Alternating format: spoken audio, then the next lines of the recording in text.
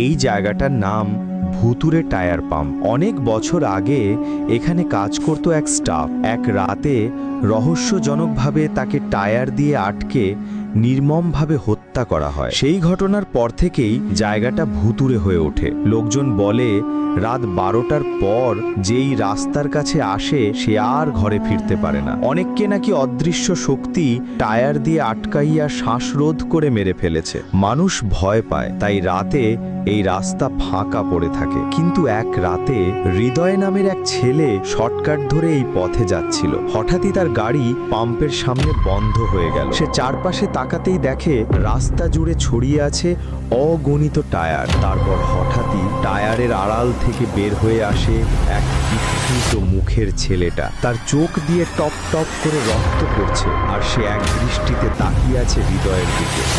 part 2 দেখার জন্য ভিডিওতে লাইক দিয়ে চ্যানেলটি সাবস্ক্রাইব